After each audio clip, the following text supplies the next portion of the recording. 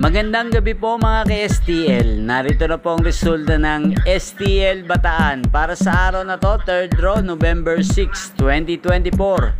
Araw ng Miyerkules. Naway ang mga natayaan nyo pong mga numero kanina ay manalo nawa ngayong gabing ito, 8 PM. Kaya't kunin nyo na po ang inyong mga tickets. Narito na po ang resulta. Para po sa STL Bataan, 3rd draw result, 8 PM ang mga numerong nanalo, 38 at 2 in exact order. Sa lahat po ng tumaya kanina para sa 3rd draw ng 38 at 2, congrats po sa inyo, panalo po kayo. Shoutout po natin ngayong oras na to si B-Boy. B-Boy, shoutout sa iyo. Ayan, sana isa ka rin sa swertihin ngayong gabi. Ayan po, napanood nyo po ang resulta ng STL Bataan sa channel na to, Roderick Hernandez TV.